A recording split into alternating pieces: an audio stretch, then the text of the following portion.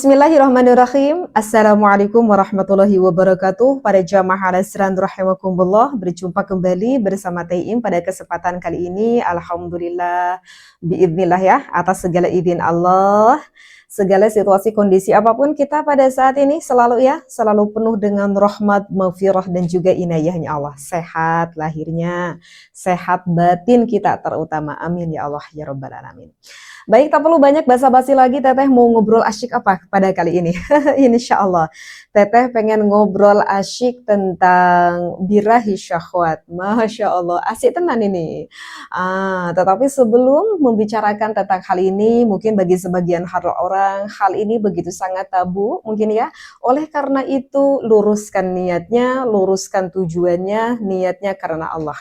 Tujuannya karena kita ingin menuntut ilmu. Barangkali ada sebagian ucapan atau seluruhnya ucapan yang Teteh sampaikan di sini ada manfaatnya. Monggo silahkan ya. Beberapa pendapat ulama yang masyhur mengatakan jika kita sebagai sosok seorang manusia yang dapat menyalurkan energi birahi syahwat tersebut di jalan ridhonya Allah, tetapi harus garis bawahi di jalan ridhonya Allah, maka kita akan mendapatkan sakinatun fil qalbi. Apa itu sakinatun fil qalbi? Artinya adalah ketenangan jiwa di dalam hati kita. Kenapa? Jika kita menyalurkan birahi tersebut di jalan ridhonya Allah, dapat sakinah hati kita, dapat menenangkan jiwa kita. Karena kalau kita berbicara birahi, sebetulnya birahi itu diibaratkan seperti tunggangan. Ya, seperti kendaraan lah istilahnya ya, dimaksudkan tunggangan tersebut. Seperti kalau zaman dulu mungkin kuda ya, kendaraannya seperti kuda, seperti tunggangan. Bagaimana si kuda tersebut, bagaimana kendaraan tersebut, kita bisa mengarahkannya. Kita bisa mengendalikannya. Jika kita dapat mengendalikan tunggangan tersebut, ya, atau kendaraan tersebut di jalan ridhonya Allah, justru tunggangan ini yang dapat mengetuk kepada pintu langit. Maksudnya justru jika kita dapat mengendalikan tunggangan ini, kita akan mendapatkan rahmatnya Allah. Kita akan mendapatkan maghfirahnya Allah subhanahu wa ta'ala. Setelah kita dapat memahami yang lebih dalam akan urusan gairah syahwat ini, jika kita dapat menyalurkannya di dalam ridhonya Allah, maksudnya di dalam jalan ridhonya Allah, maka justru ini merupakan menjadi doa yang begitu tersembunyi, doa rahasia. Justru birahi ini yang dapat merubah akan kehidupan seseorang. Ya, sudah paham di sini apa yang dimaksudkan birahi yang diridhoi oleh Allah Subhanahu wa taala, yaitu jelasnya dapat menyalurkan pasangan seorang suami kepada istrinya dan istri yang dapat menyalurkan birahi tersebut kepada suaminya. Tentu niat tujuannya semata-mata adalah ibadah. Maka otomatis ini dapat merubah bagi kehidupan pasangan suami istri tersebut. Sehingga dengan awal dasarnya birahi ini dapat merubah, baik itu berupa rizkinya lebih berkelimpahan, ya kan? Berupa hartanya begitu berkelimpahan. Bukankah istri tersebut itu adalah harta? Bukankah suami tersebut itu adalah harta? Akhirnya kita punya anak, bukankah anak tersebut itu merupakan salah satu anugerah harta yang begitu besar, ya kan? Dulunya kita tidak punya harta, hanya cukup kita punya 1 piring, 2 piring. Sekarang Masya Allah kita punya beberapa lusin. Ya kan? Semakin berlimpah harta yang kita miliki, semakin berlimpah keilmuan yang kita miliki, semakin berlimpah kebahagiaan yang kita miliki, semakin berlimpah akan kedewasaan dikarenakan rumah tangga tersebut. Ya, itu dapat merubah, dari birahi itu dapat merubah terhadap kehidupan seseorang. Intinya kehidupan seseorang yang lebih dekat taqarrub kepada Allah melewati rumah tangga tersebut, melewati birahi rasa syahwat tersebut. Sehingga kalau bagi sebagian orang yang memandang kalau birahi syahwat ini adalah sesuatu hal yang tabu, sebetulnya kalau Teteh melihat ini tergantung bagaimana perspektif seseorang melihat pandangan tersebut. Seperti itu. Ya, kalau misalkan kita melihat birahi tersebut ini adalah sebagai salah satu justru mendekatkan jalan diri kita kepada Allah, ya itu bisa menjadi ladang amal ibadah. Tetapi kalau misalkan kita melihat akan birahi syahwat tersebut kepada sesuatu hal yang negatif, ya hal negatiflah yang akan kita dapatkan. Oleh karena itu mohon berbijaksana ketika mendengar kajian ini.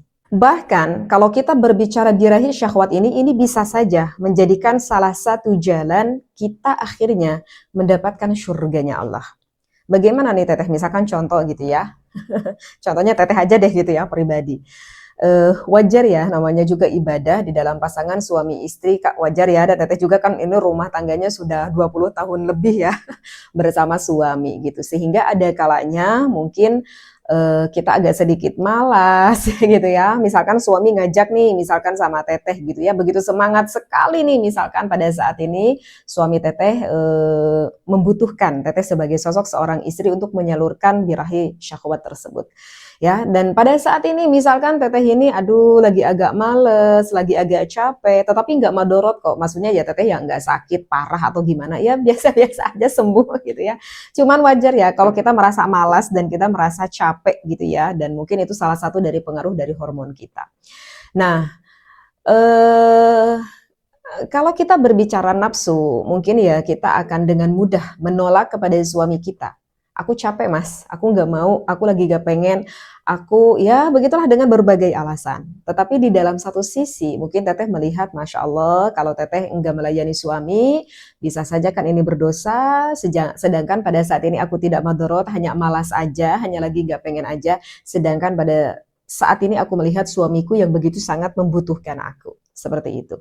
Ya, dari sifat kemanusiaan aja kita itu dapat kena peka kan hati kita. Aduh, kalau misalkan kita penuh dengan rasa sayang gitu kan, kasihan kan nanti suami kita nggak dapat menyalurkannya, takutnya nanti nggak bisa tidur, takutnya nanti nggak bisa istirahat. Dan coba kalau kita berpikir secara logika lebih jauh juga ya kan, kalau suami kita nggak bisa tidur, nanti berpengaruh untuk esok hari bagaimana untuk mencari nafkahnya, mencari kasabnya pada esok hari, karena sulit tidur nanti berpengaruh terhadap kesehatan fisik juga. Ya kalau kita berbicara lebih jauh, ya kan? Kemudian kalau kita berbicara lagi dari segi ilmu, kata Allah ini nggak boleh. Kalau misalkan menolak dengan mentah-mentah, ini haram, ya kan?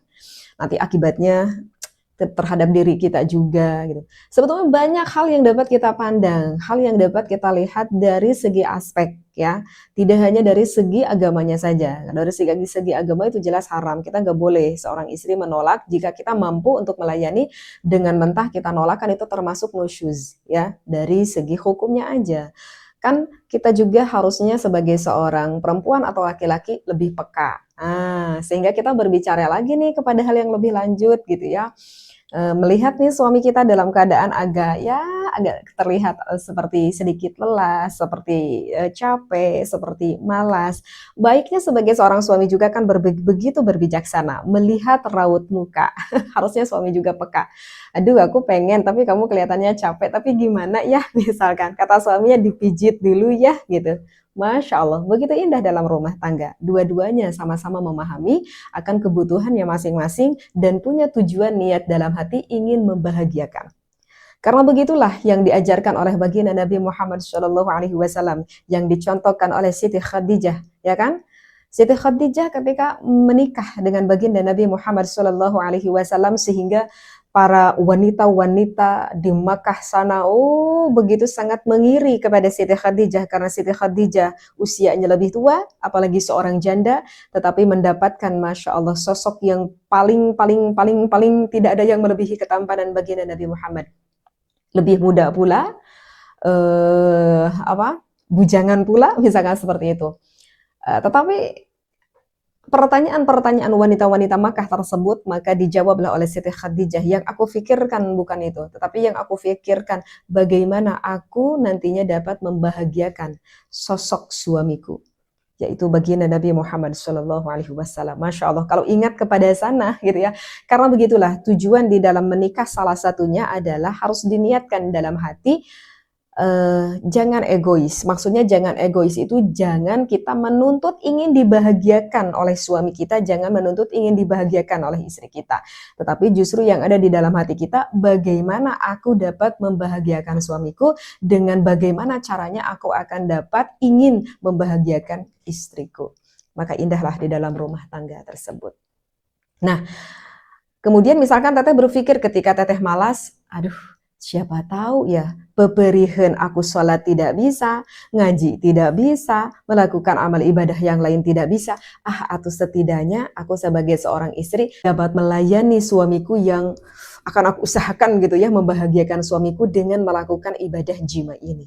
Siapa tahu kita sebagai sosok seorang wanita masuk ke dalam surganya Allah melewati jima ini, melewati mensalurkan birahi syahwat ini di jalan ridhonya Allah. Berarti intinya mensalurkan birahi syahwat ini, kata baginda Nabi Muhammad Shallallahu Alaihi Wasallam, itu adalah suatu pertikahan. Jangan kita merasa khawatir, kata baginda Nabi Muhammad Sallallahu Alaihi Wasallam, man nakaha lillah kafa waqa. Barang siapa yang menikah, tentunya karena mengharapkan ingin mendapatkan ridhonya Allah, kata Rasulullah, Allah akan mencukupi. Dikarenakan pernikahan tersebut itu dilandasi di dalam hati kita karena ingin taqarrub, karena ingin lebih dekat kepada Allah, karena ingin lebih mendapatkan ridhonya Allah Subhanahu wa taala. Berarti di dalam pernikahannya tersebut awal mulanya harus diniati dengan tujuan lillah. Harus diniati dengan tujuan karena Allah. Begitu juga berarti kita mencari pasangan tersebut pun harus yang pertama dilihat adalah agamanya. Boleh cantik, boleh tampan, boleh pintar, boleh cerdas, boleh kaya, boleh anak pejabat, boleh kalian mencari semuanya itu, tetapi kalau tidak diawali dengan landasan agama, khawatir pernikahannya itu tidak ada di dalam ridhonya Allah. Maka ketika kita mencari calon kita pun, yang pertama harus kita lihat itu adalah apanya dulu, agamanya dulu. Mastafadal mu'min ba'da taqwallah khairun lahu min zaujatis sholihah. Ya kan? Di dalam hadis itu kan diterangkan, yang paling utama kita mendapatkan fadilah pernikahan tersebut adalah ketika kita memiliki istri yang sholihah. Begitu juga sebaliknya memiliki suami yang sholih. Kenapa? Karena ya di dalam pernikahan tersebut punya tujuan yang sama, ingin mendapatkan ridhonya Allah Subhanahu wa taala. Bahkan sampai Rasulullah sedikit mengancam, ya. Artinya kata Rasulullah, kalau misalkan kita yang mampu untuk melakukan pernikahan pada saat ini, tetapi dengan alasan-alasan tertentu, ya kita belum mau menikah dulu gitu. Bahkan kata Rasulullah, miskinun, miskinun, miskinun, kamu itu miskin, miskin, miskin. Bahkan sampai disebutkan miskinnya pun sampai 3 kali begitu kan ya. Ini kan teteh ingat ya di dalam kitab Qurratul Uyun itu ada salah satu hadis gitu ya. Ada salah satu seorang sahabat yang bernama Ukaf. Nah, Ukaf ini ditanya oleh baginda Nabi Muhammad SAW. Ukaf ini masih bujangan, belum nikah gitu ya. Kata baginda Rasulullah, wahai Ukaf, adakah zaujatun? Hai Ukaf, kamu punya istri tidak? Gitu ya. Kata Ukaf, la, saat ini belum ya Rasulullah, aku belum punya istri gitu ya. Kemudian Rasulullah melanjutkan jariyah. Kalau begitu kamu punya gak jariyah? La, kata Ukaf, sama, aku juga tidak punya jariyah ya Rasulullah. Jariyah itu hamba sahaya ya. Zaman dulu, zamannya baginda Nabi Muhammad SAW. Kemudian kata Rasulullah, wa anta khairun musirin, kalau begitu kamu punya harta benda enggak? Maksudnya ditanya gitu ya, ini Ukaf ini, apakah kamu itu punya pekerjaan, apakah itu punya penghasilan, apakah kamu itu punya harta benda untuk melakukan suatu pernikahan tersebut, misalkan mas kawinnya, begitu ya. Kemudian Ukaf ini menjawab kepada baginda Rasulullah, ya kalau aku ini udah cukup mapan seperti itu. Ya kata Rasulullah, kalau begitu ya nunggu apa lagi? Kalau kamu gak melakukan pernikahan sekarang juga, ya berarti kamu itu min akhwani syayatin. Berarti kamu itu adalah sebagian dari temannya setan. Seperti itu, karena setan tidak melakukan suatu pernikahan. Kata Rasulullah dilanjutkan dalam hadis tersebut, ya kamu tuh kalau enggak nikah-nikah, sedangkan kamu mampu untuk menikah, ya kamu itu seperti apa ya, kalau sekarang tuh disebutnya kayak maaf banget ya, seperti pendeta gitu ya, pada zaman Nasoro. Di kaum Nasoro maksudnya. Kalau pendeta itu kan gak nikah ya, kalau nggak salah seperti itu. Kan kamu itu sebagai seorang muslim, makanya kata Rasulullah kamu tuh miskin, miskin, miskin. Jadi kalau kita udah mampu untuk melakukan pertikahan, ya menunggu apa lagi? Kenapa seperti itu? Ya dikarenakan setiap manusia memang fitrahnya dari Allah, Allah memberikan rasa syahwat birahi kepada setiap orangnya. Ya, syahwat birahi yang normal yaitu seorang perempuan disalurkan kepada laki-laki dan seorang laki-laki disalurkanlah kepada sosok seorang perempuan. Dan bagaimana mensalurkan birahi syahwat tersebut di jalan ridhonya Allah? Tentu itu adalah adanya ikatan suatu pertikahan, menyalurkan antara suami kepada istri dan istri kepada suami, niatnya lillah. Niatnya karena ingin mendapatkan ridho Allah Subhanahu wa taala. Wallahu a'lam, wallahu muwaffiq ila aqwamit thoriq. Wassalamualaikum warahmatullahi wabarakatuh.